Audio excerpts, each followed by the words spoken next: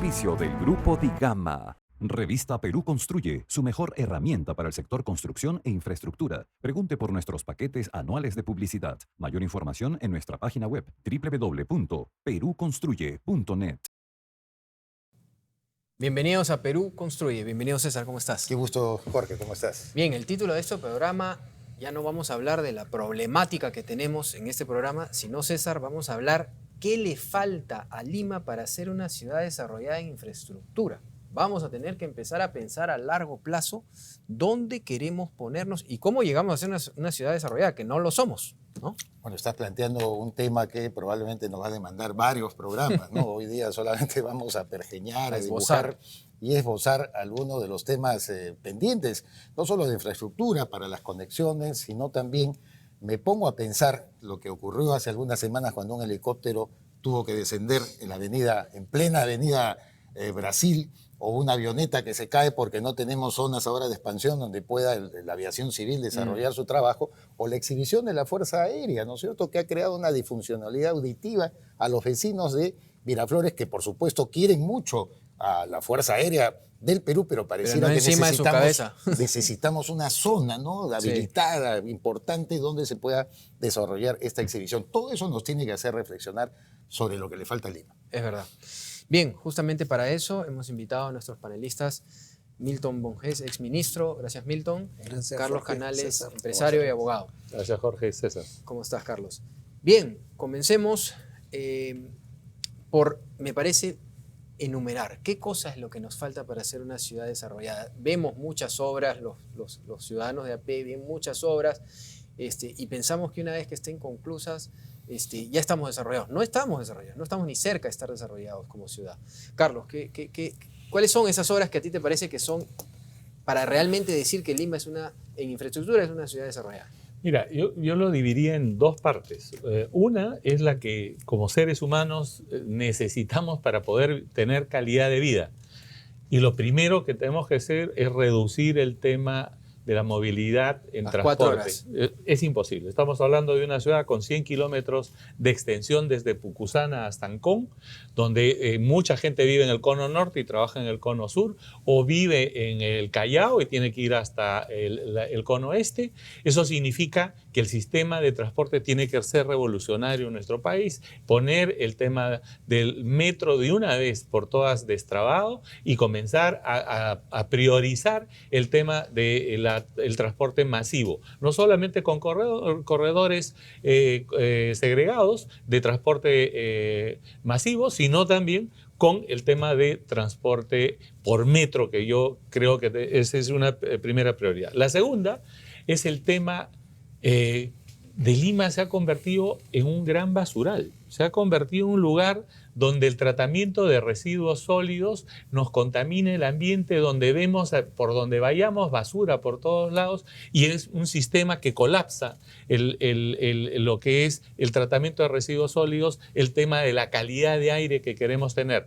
Y lo tercero, en el tema vital para poder vivir, tener una calidad de vida adecuada, es el tema del trabajo. ¿Y eso qué tiene que ver? Con muchísimo ordenamiento territorial de las zonas, parques industriales, polos de desarrollo, que tengan todos los servicios, que tengan colegio, que tengan vivienda, y poder integrar a la gente. Por el otro lado, el defecto de estar en el sector turismo me lleva a decir: no tenemos un gran pulmón en Lima. Bien mencionaban ustedes el tema del accidente que ha habido de estas avionetas. Las Palmas, el aeropuerto de Las Palmas, no puede ya continuar dentro de la ciudad. Es un peligro latente. Hay que movilizar ese aeropuerto a una zona periférica de la ciudad y poder integrar ese gran espacio urbano, son casi 250 hectáreas, que podrían incorporarse a ser el gran pulmón de Lima, un lugar de entretenimiento, un lugar de esparcimiento, un lugar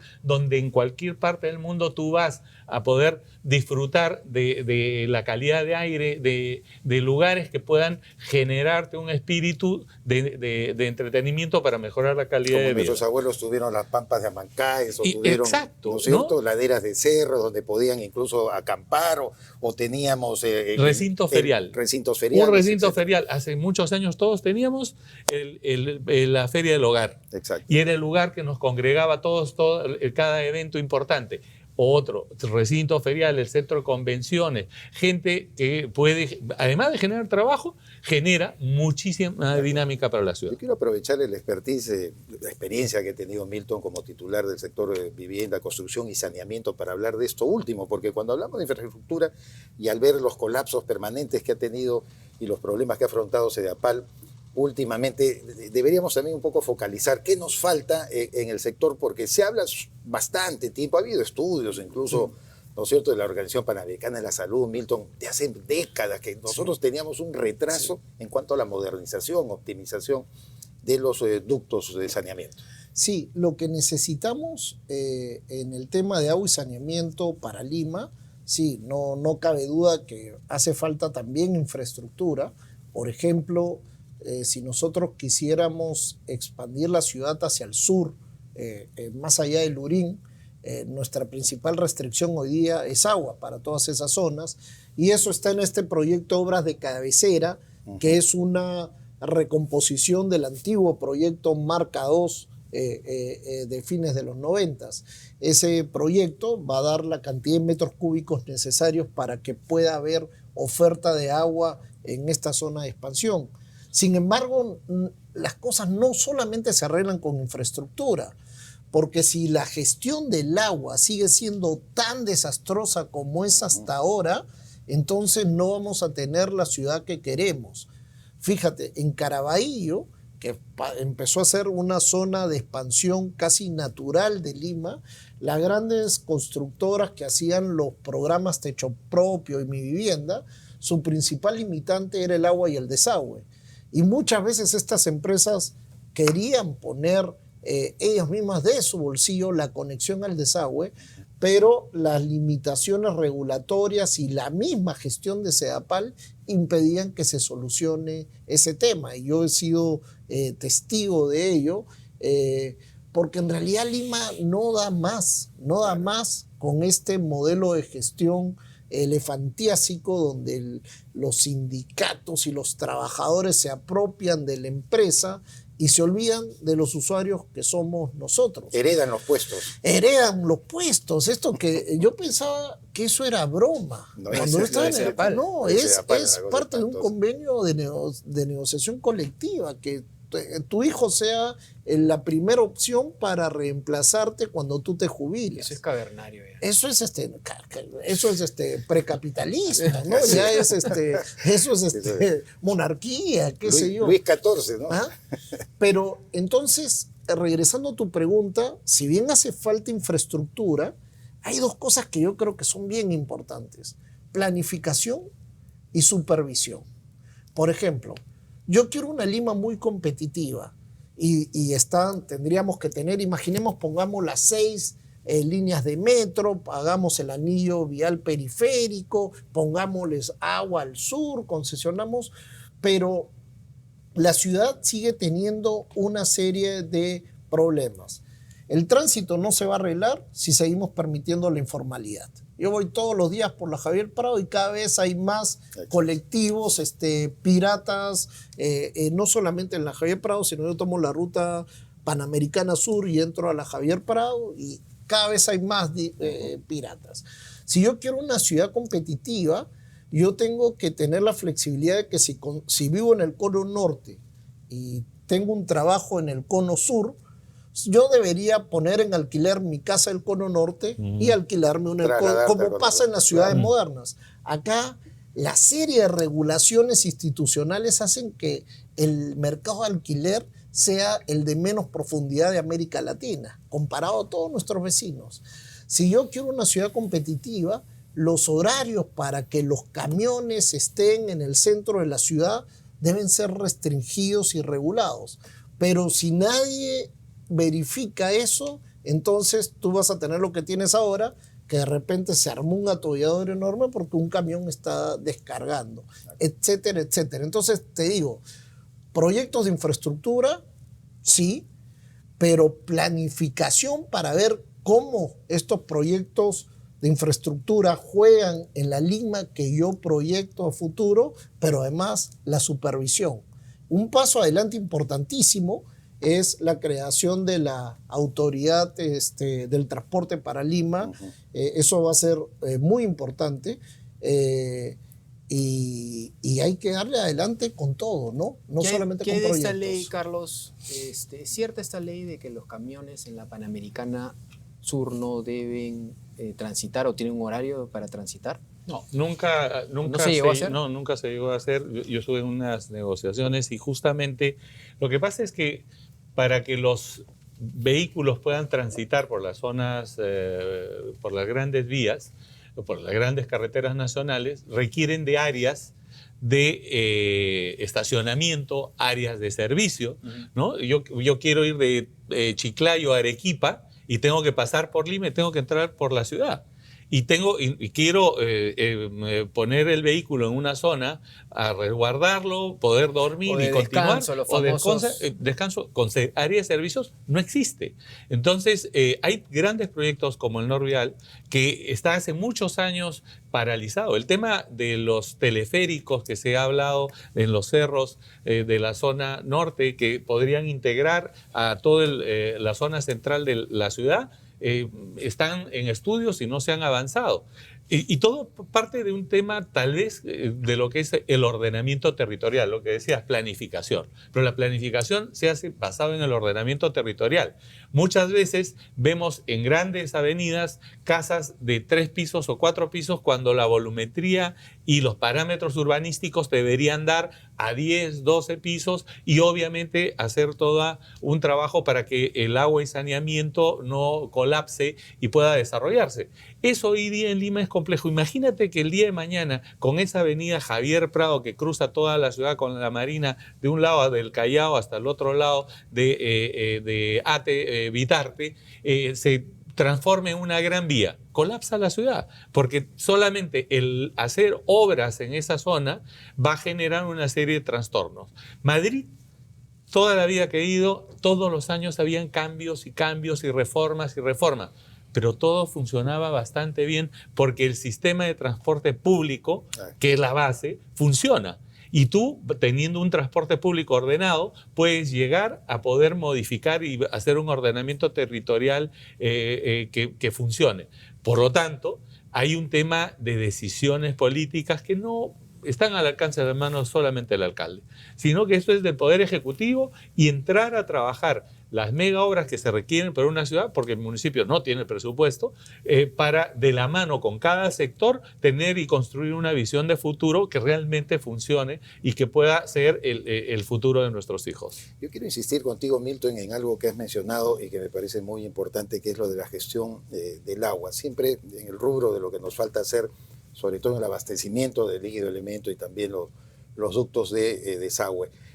Tenemos 3 cuencas que están rodeando prácticamente la ciudad, ¿no? Chillón, Rímac, Lurín. Siempre se habló de la necesidad de darle una visión integral a la administración del agua, aprovechando justamente el recurso que proviene de eso. ¿Qué es lo que nos falta en todo caso para esa visión integral? Tú mencionaste el caso de Carabobo, que me parece sumamente aleccionador e importante, porque hay una especie de frontera que a veces uno no puede cruzar para tomar la iniciativa de decir, oiga, podemos avanzar en esto, en conjugar, ¿no es cierto?, esfuerzos y mejorar el abastecimiento de agua. Bueno, ahí hay una disrupción entre la autoridad que regula el manejo de las cuencas, de las 3 cuencas del Rímac, del Chillón y del Lurín, que es la Autoridad Nacional del Agua, el ANA, y por otro lado el administrador del agua para consumo humano, que es EDAPAL. Así es.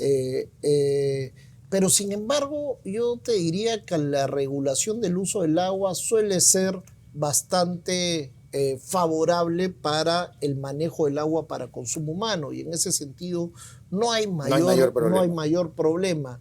El problema es la gestión en sí, comparado con otros países, y ya lo hemos hablado en un programa anterior.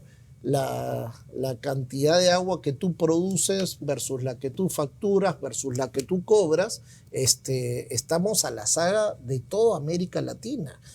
No vamos a repetir los números, pero es horroroso. La atención al cliente, siguen, yo no sé si hasta ahora siguen habiendo derrames y las inundaciones como consecuencia de los tubos que se caen a pedazos. Lamentablemente, en el caso del agua y el saneamiento, no solamente en Lima, sino en todo el país, no basta con enterrar tubos y hacer plantas, claro, sino que si la gestión es como si tú le das pues al chosicano un micro Mercedes-Benz de última generación, con la cultura organizacional que tienen los del chosicano y cómo manejan en las pistas, ese Mercedes-Benz en 6 meses parece la combi más destartalada que te puedas imaginar. Entonces, el modelo de gestión es importante. Ahora, Carlos, tú has estado en el municipio de Lima, has pertenecido a la Comisión de Transporte, ¿no? Así es. ¿Qué problemáticas has visto graves ahí que se tienen que cambiar ya? Bueno, todas. Primero es que hay autoridades contrapuestas. Mientras por un lado hay un programa de chatarreo de vehículos a 18 años y hay una reducción de rutas para poder promover justamente los corredores segregados, y hay las rutas alimentadoras, hay una cantidad de rutas que son invadidas por el Callao, que justamente con el ATU esperemos que se acaben y puedan integrarse para poder primero eliminar todos esos vehículos que botaba a Lima, lo recogía el Callao y regresaban a Lima con autorización del Callao. Para empezar. Lo segundo es un ordenamiento de todas las rutas buscando el transporte masivo. Debemos cambiar las combis, las vanes, los comités. Hoy día hay comités de hace 40 años, me acuerdo que había uno por la Paseo de la República, que te llevaba hasta Barranco, y hoy día siguen habiendo esos vehículos cada vez más chicos, ¿no? Pero que tienes comités, vanes, cúster, etcétera, cuando deberíamos tener buses de 100 pasajeros, de 200 pasajeros, buses articulados, y comenzar a reducir la cantidad de vehículos ineficientes que ocupan espacio, que generan atolladeros, un sistema de gestión integral de lo que es el tránsito. Un policía te para la luz y te dice, no, y está en verde, y tú tienes a toda una gestión en rojo, que es porque el señor no sabe que hay todo un sistema de monitoreo, que las computadoras que tú estás ordenando, le das 3 minutos, le das 5 minutos, le das, porque vas mirando y monitoreando. Eso no existe. Entonces hay un caos total en la administración del transporte y del tránsito. Y es porque hay una serie de agentes, de operadores que están desarticulados, que no respetan normas y que de alguna forma todos creen que pueden hacer y generar un caos, y eso es lo que se refleja hoy día cada vez que salimos a las pistas. Esa es la problemática, pero en corto, ¿qué le dirías al nuevo alcalde de Lima que haga con el tema del transporte? El transporte no lo puede solucionar porque el ATU ya es competente para ver este tema. En el tema de tránsito sí, el alcalde ya ha manifestado además el tema de incorporar una cantidad de semáforos inteligentes. Castañeda los dejó en muchos lugares, se tienen que cuadruplicar o quintuplicar el tema de la semaforización, porque eso es lo que te va a alinear el tránsito para hacer vías rápidas, para hacer vías verdes, y que puedan ayudar. Y lo último que tiene que ver es educación. Tenemos que educar a la gente, hay que construir puentes peatonales. Tú lo decías en algún momento, Milton, que para cruzar la avenida Javier Prado hay que tener suerte o esperar 15 minutos, porque si no, ¿por qué no se pueden construir puentes peatonales que puedan permitirte cruzar la vía mientras el tránsito está denso y no estar preocupados de nuestra seguridad? A propósito de comentar la caída de esta avioneta en una avenida central de Surco, se refirió Carlos Canales, Milton, al hecho de que nos faltan zonas de expansión, efectivamente, que no solamente sean de recreación, que evidentemente lo necesitamos, sino también para tener este concepto que después de la Segunda Guerra Mundial se desarrolló mucho, no solamente en los países afectados por los bombardeos, sino en los propios Estados Unidos, que no fue ni siquiera bombardeado ni tocado, ¿no es cierto?, la creación de los suburbios. Y esto me lleva a pensar en un planteamiento muy antiguo de alguien que fue, como nuestro amigo Carlos Canales, regidor en la época de Bedoya Reyes, y que es un connotado periodista y una persona que yo admiro mucho, Arturo Salazar Larraín, que siempre ha sostenido que el Perú es un territorio subpoblado, que en realidad estamos concentrando demasiado. Y él justamente en el homenaje por los 100 años de Luis Bedoya Reyes, alcalde, Arturo estuvo ahí y se refirió al espanto que le causa que de una manera indiscriminada en los distritos se van construyendo edificios de 10, de 15 pisos. Vayan a Surquillo nomás a ver cómo se producen los atolladeros ahora que crece justamente Lima hacia arriba, y ya te es imposible pasar, ¿no es cierto?, por una de sus arterias, porque incluso algunas que eran antiguamente doble vía, cuando había casas pequeñas era posible circular. ¿Cómo afrontar este problema, Milton? Es uno de los problemas que efectivamente infraestructura que tiene Lima. Absolutamente, con planificación. Por ejemplo, en los 90 había un proyecto que se llamaba Mesías, que se acuerdan cuando uno salía de Lima hacia el sur, habían los basureros, que ahora ya está todo urbanizado, pero todas esas pampas que en esa época se decía que pertenecían al Ministerio de Defensa y después se metieron las comunidades, los traficantes, y qué sé yo. Exacto. Bueno, en toda esa zona se suponía que con los desagües de Lima, por lo menos del sur de Lima, se iban a irrigar unas áreas verdes, y había todo un plan para hacer un gran parque y que ahí iba a venir la expansión urbana en una zona aparente. Bueno, nada de eso pasó, porque mientras seguíamos pensando, llegaron los invasores con los traficantes, se posicionaron en todos lados y se complicó la cosa. Lima, como decíamos en el Ministerio de Vivienda, es una ciudad que ha crecido por invasión y no por planificación, a diferencia de cualquier ciudad. Todo se acomodó a lo que los invasores habían ubicado como zona de llegan invasión. Los invasores, los traficantes, y luego el Estado, sea nacional o municipal, tiene que ir al costado a darle los servicios, ponerle las pistas y veredas. Si estás en la ladera del cerro, hay que poner los muros de contención, tienes que poner las escaleras, las filas, porque no tienes esta mirada de largo plazo. Bien. Entonces, si no empezamos planificando, vamos a estar complicados en las siguientes décadas. Ok, muchas gracias Milton, muchas gracias Carlos. Muchas gracias. Gracias a ustedes. Creo que hemos dado, como bien dijo César, nos van a faltar programas para esbozar lo que realmente el gran trabajo que nos falta por delante, pero creo que es importante empezar a conversarlo, ¿no, César? Efectivamente, y aquí por lo menos como conclusión saco yo, Jorge, que hemos afrontado, por supuesto, con la brillantez de Milton y de Carlos, dos temas fundamentales: la necesidad de replantear la expansión urbana de Lima, y en segundo lugar, crear un sistema de transporte que efectivamente una, ¿no es cierto?, todo un sector de expansión que pueda tener Lima, porque ya no tenemos cómo circular en esta ciudad caótica, y que no va a ser un decreto el que nos va a arreglar el problema. Así es, no va a ser un decreto. Bien, justamente para hablar de estos temas y muchos otros temas importantes, es que el Grupo de Gama, nuestro grupo, se encuentra organizando el gran evento de la construcción y la infraestructura, que es Expo Arcon 2019. Adelante, Alfredo, con la información.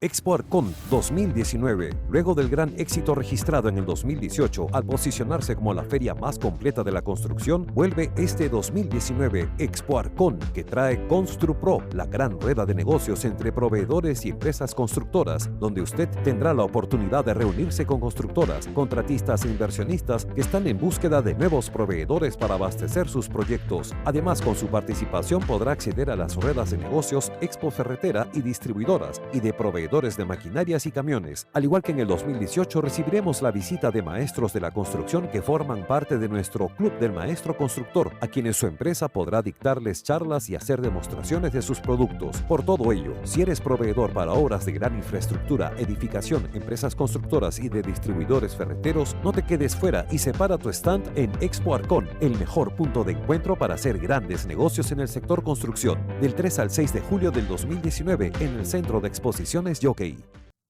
Alfredo, muchas gracias. Y ya lo sabe usted, si quiere ampliar su red de negocios y ser un proveedor importante del sector construcción, no deje de anunciar en la revista líder del rubro, Perú Construye. Bien, Entonces hemos llegado al final. César, muchas gracias por Gracias. estar siempre acá. Contrario, Jorge. Creo que seguimos aportando desde esta tribuna a ver, no solamente a ver cómo avanzar con esas 1000 obras que hablamos en algún momento paradas, sino en adelante, ¿no? Milton hablaba planificación, planificación, planificación, como cuando se dice location, location, location, ¿no? Casi así, planificación, y es verdad, es casi un virus que tenemos en el Perú. Es un No problema, planificamos. Entra un nuevo gobernante y se acabó, empiezo por otro lado, ¿no? Para lo cual, como efectivamente decían Milton y Carlos, la educación es un tema previo. Mira cómo está todo articulado. Hay que tener una cultura también sobre cómo poder afrontar planificadamente el destino nacional. Y eso requiere, obviamente, una base educativa muy sólida. Así es, ahí están las autoridades que tienen que dar el ejemplo con este tema. Muchas gracias a todos por estar ahí. Los esperamos, no se olviden, los sábados y domingos a las 12 del día aquí en ATV+.